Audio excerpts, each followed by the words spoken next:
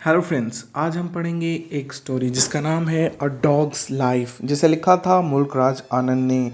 मुल्कराज आनंद ने इसमें एक कुत्ते की कहानी दिखाई है कि किस तरह उस कुत्ते पर जुल्म होता है और अंतिम में वो मर जाता है, पर कोई भी उसको मेडिकल हेल्प नहीं दे पाता, क्योंकि वहाँ पे कोई डॉक्टर का सुविधा नहीं होता और किसी को पड़ी नहीं होती है, और तो और लोग उसे मारते हैं ताकि वो उनके सामने ना आए, और गुस्सा भी उसी पे उतारते हैं। तो आइए हम पहले मुल्कराज आनंद के बारे में जान लेते हैं।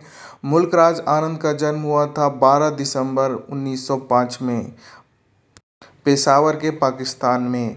28 सितंबर 2004 को उन्होंने अंतिम सांस ली जहांगीर हॉस्पिटल पुणे में। उनके पेरेंट्स का नाम था ईश्वर कौर और लाल चंद। उन्होंने अपनी लाइफ में कई सारे वर्क्स लिखे, जैसे कि homage to Amritsar, an anthology of Dalit literature, और कई सारे पोएम्स लिखे। इन्हें अवार्ड्स पद्मश्री मिल चुका है, पद्म भूषण मिला, साहित्य अकेडमी अवार्ड मिला, और इंग्लिश राइटर भी। तो ये हो गया दोस्तों मुल्कराज आनंद के बारे में। अब कहानी की शुरुआत होती है। नरेटर एक बार पीपल के पेड़ के सामने से जा रहा होता है। वहाँ पे उसे एक कुत्ता दिखता है पीपल के पेड़ के नीचे, और वह उसे देखकर काफ़ी खुश हो जाता है। वो उसे पहले से जानता था और वो पूंछ हिलाने लगता है, और फिर वो उसकी तरफ देखता है कि वो उसे कुछ खाने के लिए देगा। पर नरेटर आज काफ़ी ज़्यादा बिजी होता है और वो किसी आदमी से मिल रहा होता है। फिर भी वो डॉग को देखता है कि क्या डॉग मेरी तरफ देख रहा है, तो डॉग उसी की तरफ देख रहा होता है।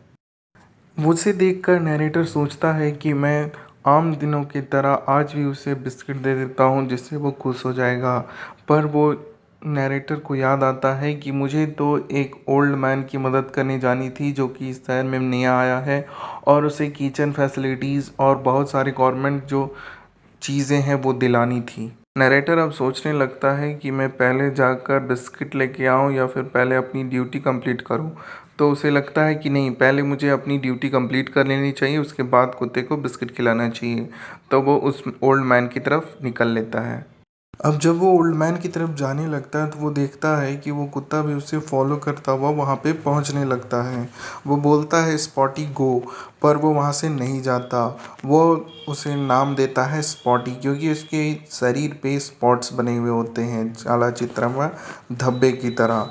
और जब वो उसके अंदर घुस जाता है उस बिल्डिंग के अंदर, तो उसका गार्ड उसे रोक लेता है। और जब वो बिल्डिंग के अंदर जाता है उस ओल्ड मैन की हेल्प करने को, तब वो देखता है कि उस डॉग को वो गार्ड जो है वो मार रहा होता है।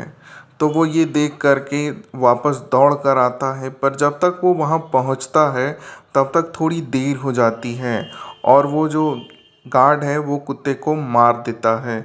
अब जब मार देता है तो उसका जो स्पाइनल कॉर्ड है, यानी कि उसके जो रीब केज होते हैं दोस्तों, जिस पे बॉडी टिकी होती है, वही टूट जाती है, जिसके कारण से डॉग चलने में असमर्थ हो जाता है और वो काफ़ी लंगड़ा लंगड़ा कर चलने लगता है।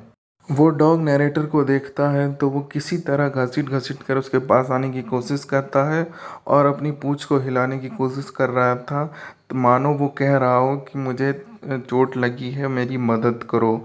नरेटर को ये सब देखकर काफ़ी ज़्यादा दुख होने लगता है और वो उस गार्ड को झाड़ने लगता है, पर गार्ड नहीं सुनता। नरेटर अब इधर उधर कुछ ढूंढने लगता है कि मैं इसे कुछ दे सकूं। तब वो देखता है कि एक भिखारी है जो कटोरे में भीख मांग रहा होता है, तो वो उसे 1 रुपये देता और बोलता है कि मुझे ये रेंट पे दे दो ये कटोरा, और मैं तुम्हें कल लौटा दूंगा। तो वो उसे कटोरा दे देता है, तो उसमें वो पानी भर करके डॉग को देता है। डॉग उसे पीने लगता है और उसे थोड़ा सा राहत मिलती है उस चोट से जो कि उस गार्ड ने उसे दिया था। नरेटर को ये देख के काफ़ी अच्छा लगता है, क्योंकि वो डॉग काफ़ी हाँफ रहा होता है और वो पानी पी करके उसको काफ़ी ज़्यादा सुकून मिलता है। वो अपनी जीभ से सटाकर पानी पीने लगता है, जैसा कि आप पिक्चर में देख रहे हैं। वो डॉग जब पानी पीने लगता है तो नरेटर को याद आता है कि हम इसको बिस्कुट भी देनी चाहिए, भूखा भी होगा तभी मेरे पीछे दौड़ रहा था। तब वो सोचता है कि मैं बिस्किट लाने चला जाऊं अपने दुकान में, या फिर मैं अपने लॉज से ही वो कार्टन्स की बिस्कुट ले कार्टन में जो बिस्कुट रखा हुआ वो ला के इसे दे दूँ। तब वो डिसाइड करता है कि मैं कार्टन से बिस्कुट लेके आता हूँ। नैरेटर तुरंत भागता है अपने लॉज की तरफ और वहाँ पे कार्टन में बिस्कुट रखा होता है। वो उसे उठाता है और तुरंत उस डॉग के पास पहुँच जाता है। इसके बाद नैरेटर उसे बिस्कुट दे देता है। कुत्ता बिस्कुट पाकर काफ़ी ज़्यादा खुश होता है और उसे जल्दी जल्दी खाने लगता है। नैरेटर को भी अब अच्छा लगता है कि उस बेचारे को मैंने कुछ खाना तो दिया जिसे इतनी चोट लग गई थी। नैरेटर उसे देखने लगता है और कहता है कि चलो मैंने इसे बिस्कुट तो दिया। अब कुत्ता जल्दी जल्दी वो बिस्कुट खाने लगता है और उसके बाद वो वहाँ पे बैठ जाता है। नैरेटर सोचता है कि काश यहाँ पे एक हॉस्पिटल होता, पर बोध गया में वहाँ पे कोई भी हॉस्पिटल नहीं था। बिहार में बोध गया में कहीं भी कुत्तों का अस्पताल नहीं था, इसलिए वह कुत्ते को कहीं नहीं लेकर जा सकता था। वो कुत्ता वहीं पर ही बेचारा दर्द से छटपटा रहा था, पर नैरेटर उसे कुछ भी नहीं कर सकता था। नैरेटर अब नेक्स्ट दिन जब वो आता है तब वो देखता है कि वो कुत्ता वहीं पर बैठा हुआ है और बेचारे के माथे से भी चोट लग रही है जिसमें वो चोट खाया था और खून अभी भी ब्लीडिंग हो रहा है। वो बहुत ही तकलीफ में है, पर नैरेटर को देख करके वो पूंछ हिलाने की कोशिश करने लगता है, पर नैरेटर समझ जाता है क्योंकि वो काफ़ी अच्छे से उसे देख रहा होता है, काफ़ी मासूमियत से। तो उसे लगता है कि वह उसे देखकर आज भी उतना ही खुश है जितना वो पहले हुआ करता था। पर वो अब इंजर्ड है तो वो अपनी पूंछ नहीं हिला पा रहा है। वो कोशिश कर रहा है पर वो हिला नहीं पा रहा है। इसके बाद नैरेटर वहाँ से जाने लगता है तो वो देखता है कि वहाँ पे एक भिखारी आया और उस पर चिल्लाने लगा है कि तुमने मेरा धर्म भ्रष्ट कर दिया। नैरेटर को वो इसलिए ऐसा बोल रहा होता है क्योंकि उसने उसकी कटोरी या थाली को लेकर के जो उसमें पानी दिया था उस कुत्ते को, इससे उसका कहना था कि मेरा धर्म भ्रष्ट हो गया और वो काफ़ी गुस्से से उस कुत्ते को देख रहा होता है। तब वो नैरेटर उसे कहता है कि मैं तुम्हें 1 रुपया और देता हूँ। उस वक्त में 1 रुपया में कटोरी आ जाता था दोस्तों। तो वो 1 रुपया और देता और बोलता है कि ये लो नए कटोरी खरीद लेना, पर अभी प्लीज़ गुस्सा मत करो।